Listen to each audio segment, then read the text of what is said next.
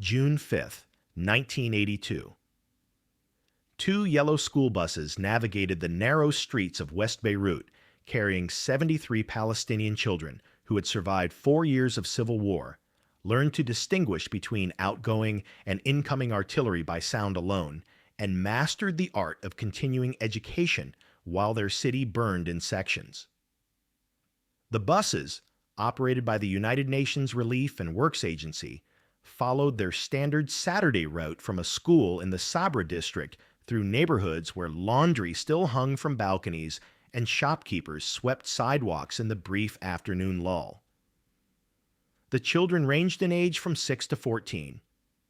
Their conversations filled the air with the ordinary concerns of youth, discussions of homework assignments, arguments about football matches, speculation about which teachers would be strictest when classes resumed. They had developed instincts about danger that most adults in peaceful nations never acquire, a sixth sense for when the pattern of bombardment might shift, when the relative safety of weekend afternoons might collapse. They were wrong. Within 30 minutes, Israeli Air Force F-16s would release ordnance over West Beirut in a bombardment pattern that would kill 130 people and wound 250 more before sunset. Both buses would be caught in blast zones that transformed sheet metal and glass into projectiles, moving at velocities that human bodies could not withstand. Gaza Hospital, located 3 kilometers from the impact sites and serving as the primary emergency facility for Palestinian refugees, had prepared its staff for casualties. The facility maintained trauma protocols refined through years of treating victims from sporadic shelling and street fighting. Its doctors had learned to perform triage under conditions that would paralyze medical professionals in societies where emergency medicine operated with adequate supplies and predictable patient volumes. The hospital had not prepared for children arriving in pieces. West Beirut, in the summer of 1982, functioned as both sanctuary and trap for the 300,000 Palestinian refugees who had made Lebanon their home since being expelled from Jordan 12 years earlier. The city had been carved into zones by the Lebanese Civil War, a conflict that had entered its 7th year and transformed Beirut from the Paris of the Middle East into a landscape where the Green Line marked not a park boundary, but the division between Christian East and Muslim West. The Palestinian refugee camps, Sabra, Shatila, and Burj el Barajneh, sprawled across southern neighborhoods in dense concentrations of concrete block structures, narrow alleyways, and improvised infrastructure that Lebanese authorities had neither the power nor the inclination to regulate. These camps housed families who had fled Palestine in 1948, their children born in exile, their grandchildren knowing no homeland beyond these cramped quarters where UNRWA schools taught mathematics and Arabic alongside the unspoken curriculum of survival. Daily life operated according to rhythms established through pattern recognition rather than official schedules.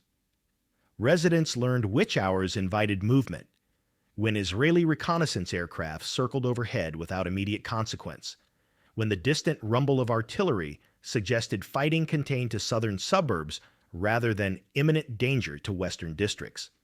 The United Nations Relief and Works Agency maintained schools, clinics, and distribution centers that provided services the Lebanese state could not or would not deliver to a refugee population whose presence had become a permanent irritant in the nation's sectarian calculations.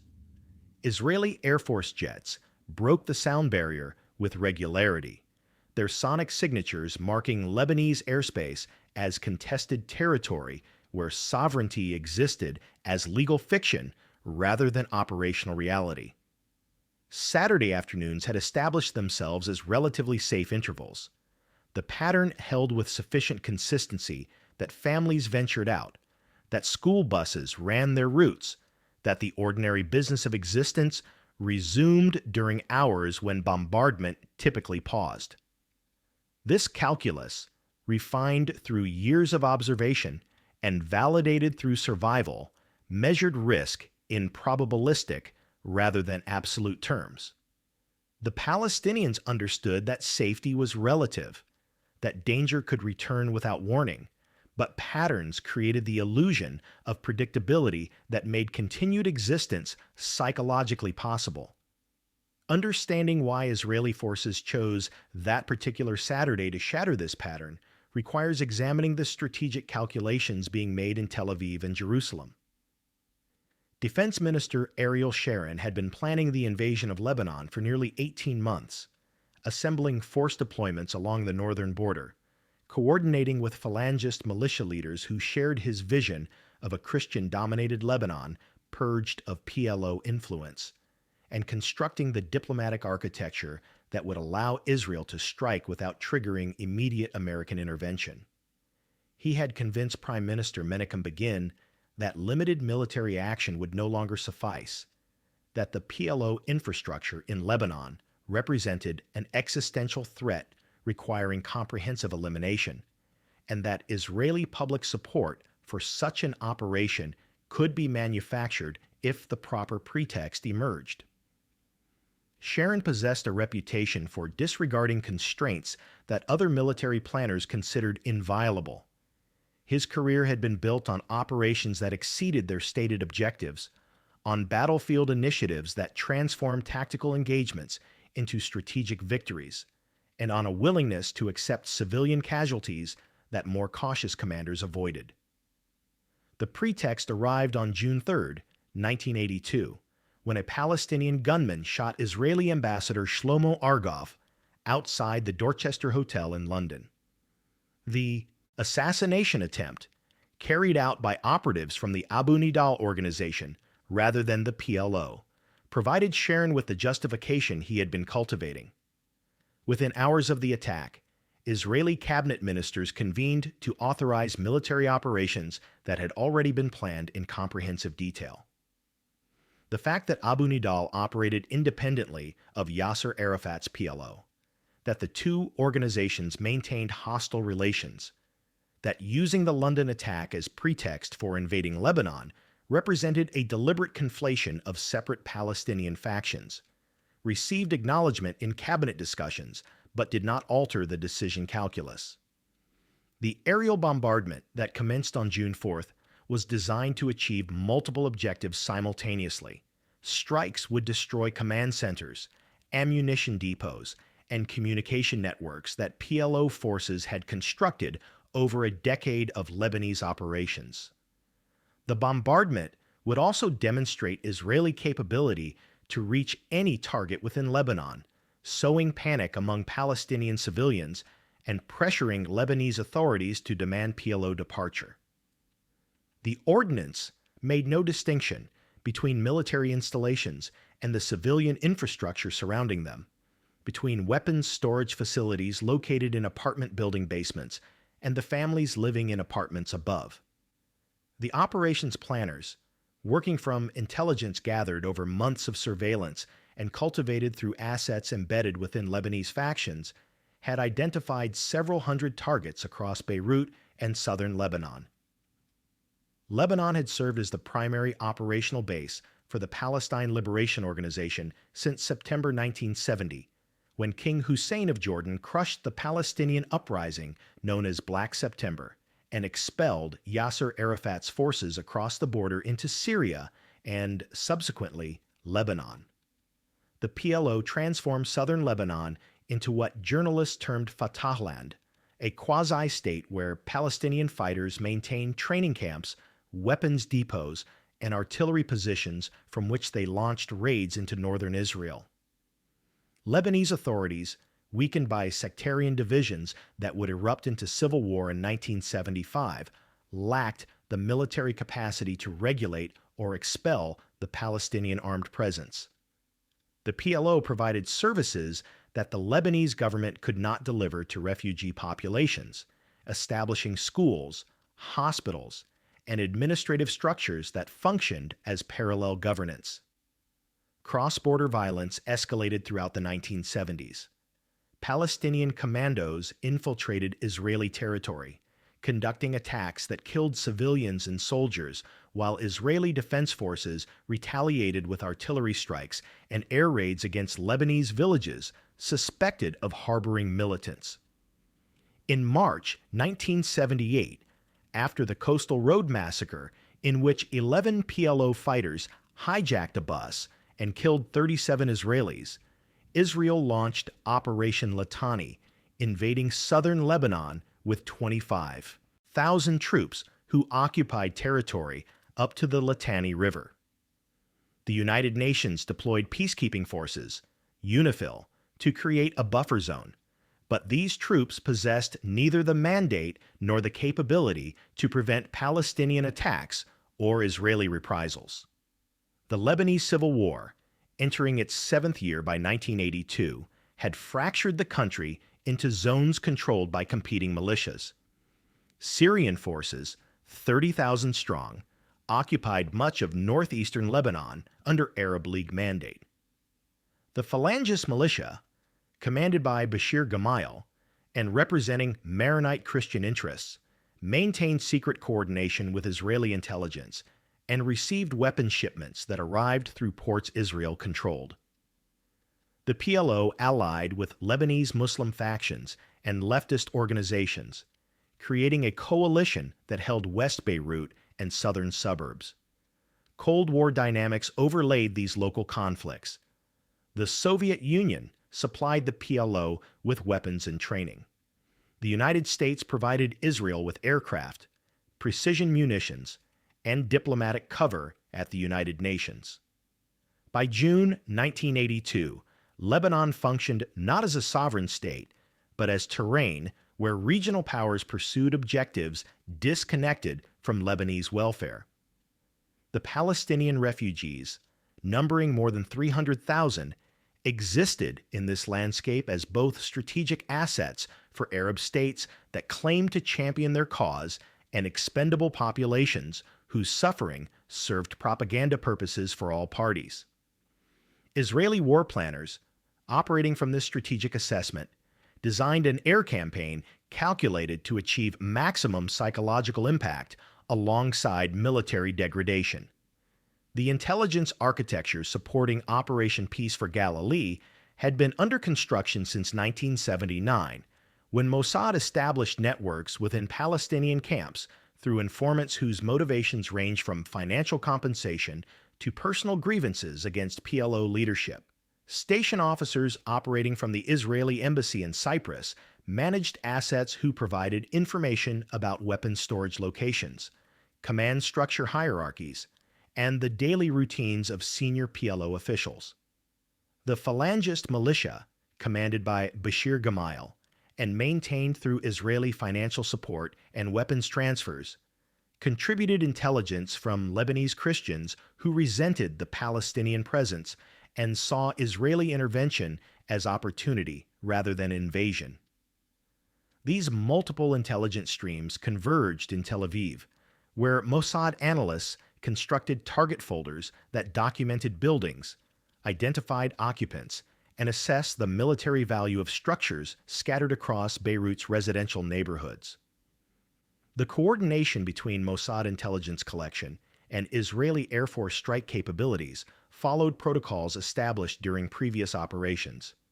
Target folders contained photographs taken during surveillance flights, architectural assessments of building construction that determined ordnance requirements, and estimates of casualties categorized as combatant or civilian. Senior PLO officials operated from offices located in apartment buildings where families occupied lower floors. Weapons depots existed in basement storage rooms beneath schools and hospitals. Communication centers shared walls with residential units. The intelligence accurately identified these dual-use locations. What the folders could not address was the fundamental problem that destroying military targets embedded within civilian infrastructure would inevitably kill civilians in numbers that varied based on timing, ordnance selection, and the unpredictable physics of blast effects in urban environments. Israeli Air Force planners, receiving target lists from military intelligence, calculated strike packages using F-15 and F-16 aircraft equipped with 500-pound general-purpose bombs and cluster munitions designed for area saturation. Pilots received briefings that identified targets by coordinate rather than description, a procedural buffer that maintained psychological distance between the men flying missions and the consequences those missions would produce. Rules of engagement permitted strikes on any structure designated as military infrastructure, regardless of proximity to schools, hospitals, or residential concentrations. The concept of proportionality, central to international humanitarian law, received acknowledgement in briefing documents but did not constrain operational planning. Israeli doctrine held that enemies who embedded military capabilities within civilian areas bore responsibility for subsequent civilian casualties, a position that transformed legal constraints into rhetorical shields. The June 5th target list, finalized during the morning hours, contained 73 locations across West Beirut. Intelligence analysts had designated these structures as command centers, weapons storage facilities, or communication nodes based on surveillance that ranged from highly reliable to speculative. Some targets housed senior PLO officials whose movements had been tracked for months. Others appeared on the list because informants reported suspicious activity or because buildings fit profiles that intelligence methodology associated with military use. The list included apartment buildings in Fakani district, where PLO administrative offices occupied upper floors. It included communications facilities located in residential blocks where antennas suggested military radio equipment. It included storage depots adjacent to schools where basement access patterns implied weapons caching. Nowhere in the 73 target folders did intelligence assessments note that Saturday afternoon was when UNRWA schools released students, when yellow buses moved through predictable routes carrying children whose weekly schedules had remained consistent for months, when streets filled with families who had calculated that weekend lulls made movement relatively safe. The intelligence apparatus that could track individual PLO officials through Mediterranean cities, that could identify weapons shipments moving through Damascus, that could monitor telephone communications and decode encrypted messages, had not allocated resources to documenting the transportation patterns of Palestinian schoolchildren. This gap between what intelligence agencies chose to know and what they chose to ignore would determine who died when the first bombs fell at 2:15 in the afternoon. At 2:15 in the afternoon, residents of West Beirut heard the familiar sound of Israeli F-16 fighters breaking through the sound barrier, a sonic signature that had become routine during the preceding weeks, but that now carried implications the civilian population would not recognize until explosions began transforming their neighborhoods into casualty zones. The aircraft, flying from Ramat David Air Base in northern Israel, carried ordnance loads calculated to penetrate reinforced concrete and create blast radii sufficient to collapse multi-story structures. The first wave consisted of 8 aircraft targeting locations in Fakani district, where PLO administrative offices occupied buildings that also housed families, shopkeepers, and elderly residents who lacked the resources to evacuate. The initial strikes hit at 2:17. 500-pound bombs penetrated through roofs and detonated inside buildings, their blast waves propagating through structural elements that channeled overpressure into stairwells and corridors where human bodies absorbed kinetic energy that shattered bones and ruptured organs. Shrapnel from bomb casings and debris from collapsed walls became projectiles moving at velocities measured in hundreds of meters per second. Windows exploded outward across a 2-block radius. The sound, compressed air expanding faster than human eardrums could process, left survivors temporarily deaf and disoriented. The school buses were 14 blocks from the Fakani strikes when the first explosions occurred. The drivers, experienced men who had learned to assess danger through years of navigating conflict zones, accelerated toward what they perceived as safer neighborhoods. The buses carried 73 children. Some sat quietly, frightened by sounds they recognized as closer than usual. Others maintained conversations that childhood's resilience permitted even as adults around them calculated survival probabilities. At 2:24, the second wave of Israeli aircraft approached West Beirut from a different vector, targeting structures in Verdun and Hamra districts that intelligence assessments had designated as communication facilities and weapon storage sites. The pilots followed coordinates transmitted from ground controllers, releasing ordnance over urban terrain where residential density exceeded 1,000 people per square kilometer. One aircraft, targeting a building at the intersection of Commodore Street and Rue, Sadat, released two 500-pound bombs in rapid sequence. The first bus was 7 meters from the intersection when the bombs detonated. The blast wave struck the bus broadside, lifting the vehicle and rotating it 45 degrees before it collided with a concrete storefront. The windows disintegrated, sending glass fragments into the passenger compartment at velocities that penetrated flesh and bone. Shrapnel from the bomb casing, steel fragments designed to maximize anti-personnel effects, tore through the bus's thin metal sides. Children seated on the side facing the blast died instantly, their bodies absorbing overpressure that exceeded human tissue tolerance by orders of magnitude. Those on the opposite side survived the initial blast, but sustained injuries from glass, metal fragments, and the violent deceleration when the bus impacted the building. The second bus, traveling 30 meters behind the first, entered the intersection as debris was still falling. The driver attempted to brake and swerve simultaneously. The vehicle's momentum carried it through the edge of the blast radius, where overpressure had diminished, but shrapnel density remained lethal. Fragments punctured the bus's roof and side panels. A child seated in the third row was killed by a steel fragment that entered through the window she had been looking through. 6 others sustained wounds that would require immediate surgical intervention to prevent death from blood loss or organ failure. Palestinian Red Crescent ambulances, stationed at facilities throughout West Beirut, began responding within 4 minutes of the first explosion. Civilian vehicles, driven by men who recognized that medical transport capacity would be insufficient, loaded wounded onto seats and into cargo areas without waiting for official coordination.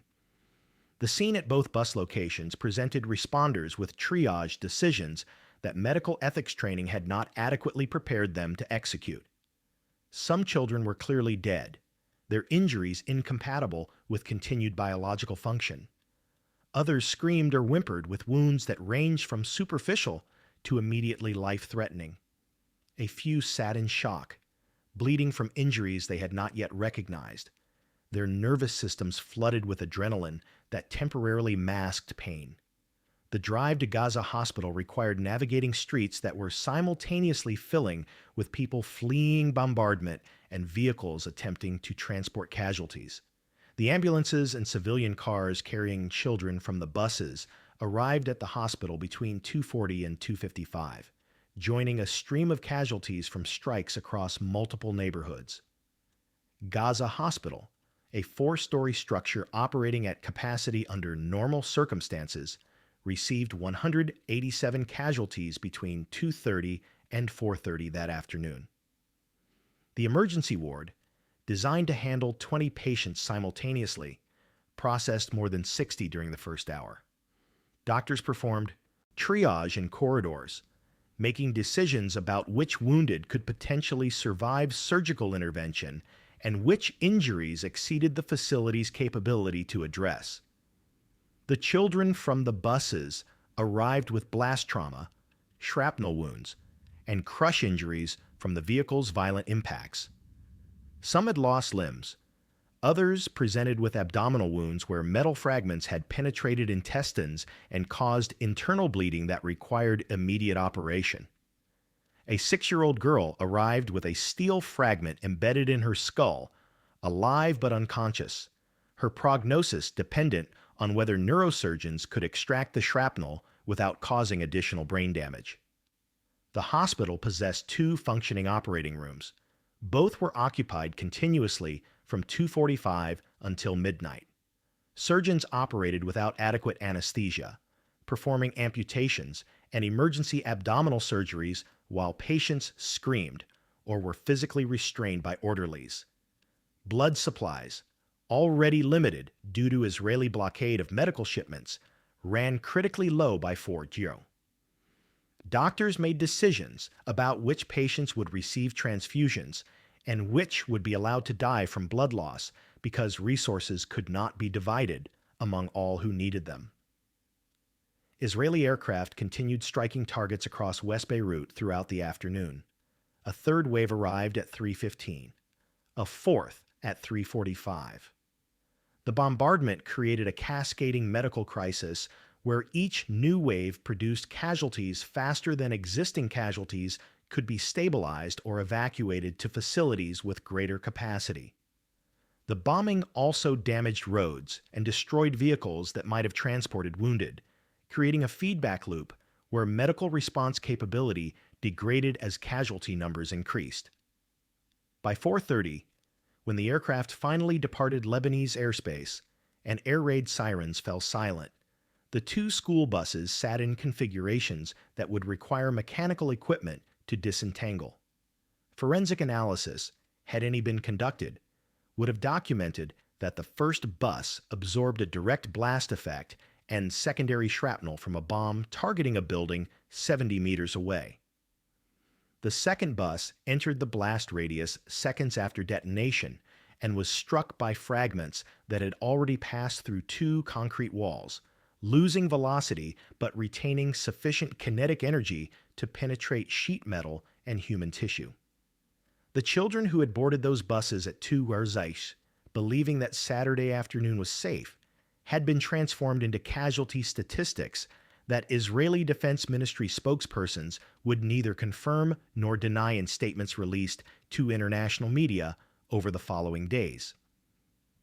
Israeli Defense Ministry spokespersons, responding to international inquiries about civilian casualties from the June 5th bombardment, provided statements that acknowledged strikes against terrorist infrastructure while characterizing any civilian deaths as regrettable but unavoidable consequences of PLO forces embedding military capabilities within population centers.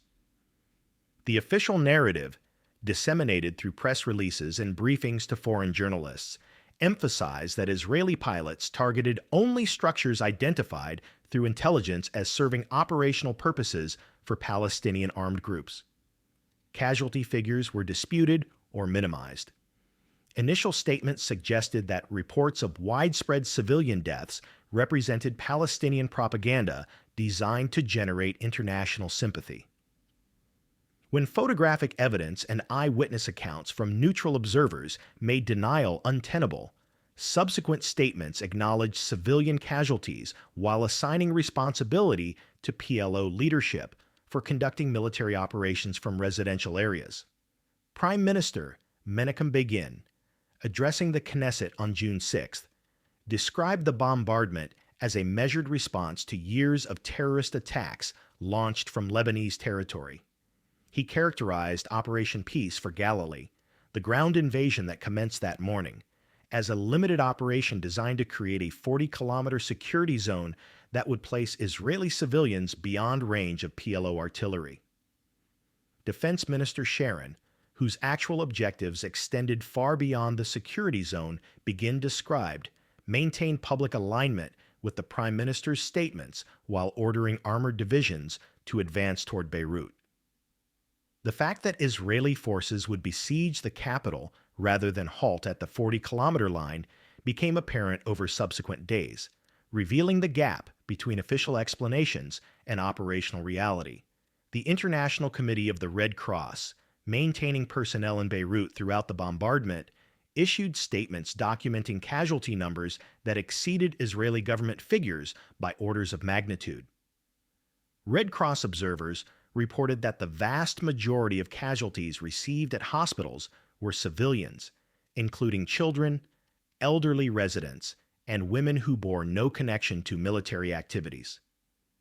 These assessments received coverage in European media, but did not alter American diplomatic support for Israeli operations. The United States State Department expressed concern about civilian casualties while simultaneously blocking United Nations Security Council resolutions that would have condemned the bombardment or demanded immediate cessation of military operations. Arab League nations issued condemnations that combined genuine outrage with the performative rhetoric that characterized regional responses to Palestinian suffering. Lebanese government officials, lacking military capacity to resist Israeli invasion or political unity to formulate coherent policy, issued statements protesting the violation of Lebanese sovereignty while privately calculating how Israeli destruction of PLO infrastructure might benefit Christian factions seeking to reclaim control of areas dominated by Palestinian forces. On June 6th, Israeli armored columns crossed into Lebanon in a ground invasion involving 60,000 troops, hundreds of tanks, and air support that transformed the previous day's bombardment into a footnote within a larger military campaign. International attention shifted from the June 5th casualties to the unfolding invasion. The two school buses and the children who had died inside them became elements in casualty totals too large for individual incidents to register as distinct tragedies requiring specific accountability. The June 5th bombardment established the operational template that would govern the 3-month siege of Beirut. Israeli forces completed their encirclement of the city by June 14th, trapping PLO fighters and an estimated 600,000 Lebanese and Palestinian civilians in West Beirut. The siege combined aerial strikes, artillery bombardment from positions in the surrounding hills, and a naval blockade that prevented food, medical supplies, and humanitarian aid from reaching the besieged population. Israeli aircraft struck targets throughout the summer, using the same justification employed on June 5th, claiming precision attacks against military infrastructure, while casualty patterns demonstrated systematic destruction of civilian facilities. Hospitals, water treatment plants, electrical generation stations, and residential neighborhoods absorbed repeated strikes that killed thousands and displaced hundreds of thousands more. The saturation bombing of August 10th killed more than 300 people in a single day when Israeli aircraft dropped ordnance across West Beirut in what military analysts described as punishment for continued Palestinian resistance. The bombardment continued until American President Ronald Reagan telephoned Prime Minister Begin and demanded an immediate cessation. Within 20 minutes of that phone call, Israeli aircraft withdrew from Lebanese airspace, demonstrating that political calculations rather than military necessity governed the pace and intensity of strikes. The siege concluded in late August, when PLO leadership agreed to evacuate Lebanon under international supervision. Yasser Arafat and approximately 14,000 fighters departed Beirut on ships that transported them to Tunisia, Yemen, and other Arab states willing to host the exiled organization. The departure of PLO forces did not end the killing.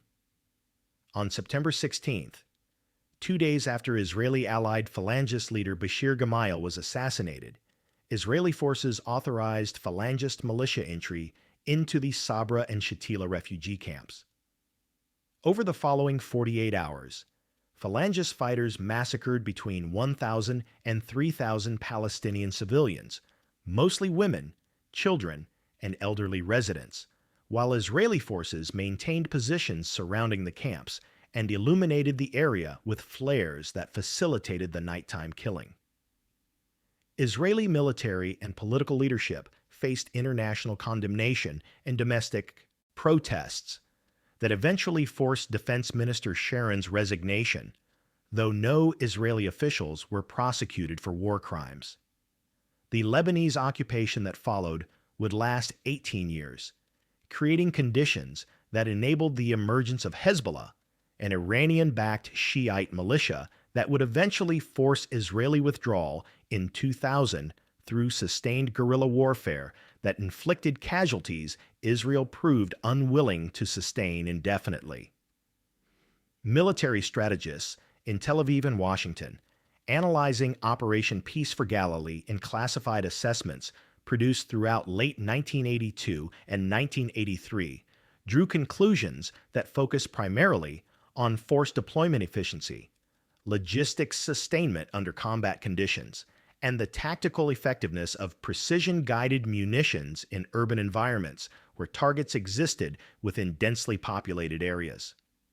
The assessments documented civilian casualty ratios with statistical precision, noting that approximately 60% of deaths during the siege phase involved non-combatants. These figures appeared in annexes and footnotes rather than executive summaries.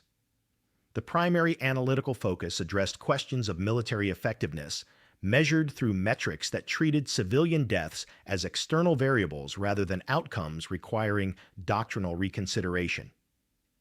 Israeli Defense Forces doctrine evolved from the Lebanon experience to incorporate lessons about urban warfare that subsequent operations would apply in Gaza, southern Lebanon, and other theaters where military objectives required strikes against infrastructure embedded within civilian populations. The concept of collateral damage, a term that transformed human deaths into bureaucratic abstraction, became central to targeting approval processes that calculated acceptable casualty ratios for specific operational objectives. Intelligence analysts refined methodologies for identifying dual-use structures, buildings that served both military and civilian functions, creating legal frameworks that justified attacks on hospitals containing PLO offices, schools storing weapons, and apartment buildings housing command personnel. The June 5th bombardment illustrated a fundamental gap between intelligence precision and ordnance effects. Mossad and military intelligence could identify which buildings contained PLO targets with reasonable accuracy. What intelligence could not predict or control was where 500-pound bombs would send shrapnel through urban streets, which blast waves would collapse structures beyond the designated target radius, which children would be riding buses through intersections when explosions occurred. This disconnect between knowing where targets existed and controlling the consequences of destroying those targets became a subject of technical discussion in classified military journals and internal briefings that circulated among intelligence and military communities in multiple nations. International humanitarian law, specifically the Geneva Convention's provisions regarding proportionality and distinction between military and civilian objects, received acknowledgement in post-operation legal reviews. Israeli military lawyers concluded that attacks on legitimate military targets did not violate international law even when substantial civilian casualties resulted, provided those casualties were not the primary objective. This interpretation, contested by international legal scholars and human rights organizations, established precedents that subsequent operations would invoke when defending strikes that killed civilians in numbers exceeding military casualties by significant margins. The template established in 1982 would be applied repeatedly over the following decades: Gaza in 2008, 2012, 2014, and 2021, Southern Lebanon in 2006. Each operation employed variations on the same doctrine, refined through technological advancement that increased precision, while casualty patterns demonstrated that precision targeting did not prevent mass civilian death when military infrastructure existed within civilian areas, and when acceptable casualty calculations permitted strikes regardless of predictable consequences. The destruction of 2 school buses carrying 73 Palestinian children on a Saturday afternoon in June 1982 exposes a fundamental architecture within intelligence-driven military operations: the systematic gap between operational precision and uncontrollable consequences, between identifying targets with technical accuracy and accepting that destroying those targets will kill civilians in numbers that intelligence methodologies classify as acceptable losses rather than outcomes requiring prevention. The buses were not targeted in any meaningful sense. No intelligence officer designated them as military objectives. No pilot received coordinates corresponding to their location. No targeting approval process weighed the military value of killing children against the diplomatic costs such killings might generate. The buses were simply there, moving through streets where intelligence analysts had identified buildings worthy of destruction, carrying children whose existence did not register in calculations that determined when bombs would fall and what blast radii would be tolerated. This distinction between deliberate targeting and systematized indifference to predictable death defines not only the June 5th bombardment, but the entire machinery of modern warfare conducted under doctrines that treat civilian casualties as mathematically acceptable, provided they remain proportional to military objectives. The intelligence apparatus that tracked individual PLO officials across continents, that intercepted communications and identified weapons shipments, allocated no resources to documenting when school buses ran their routes or where children gathered during weekend afternoons when families ventured into streets that patterns suggested were relatively safe. The machinery that produced those deaths on June 5th functioned exactly as designed. Now we want to hear from you. Should intelligence agencies be held accountable when operations they authorize result in civilian casualties, even when civilians were not specifically targeted? Share your thoughts in the comments.